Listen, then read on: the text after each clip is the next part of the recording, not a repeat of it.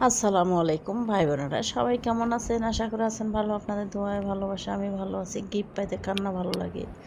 Gift পাইতেও ভালো লাগে, gift মানুষক দিতেও ভালো লাগে।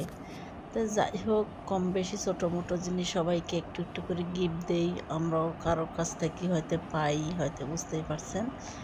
তো যে কথা সেই কাজ, বিছানা চাদর।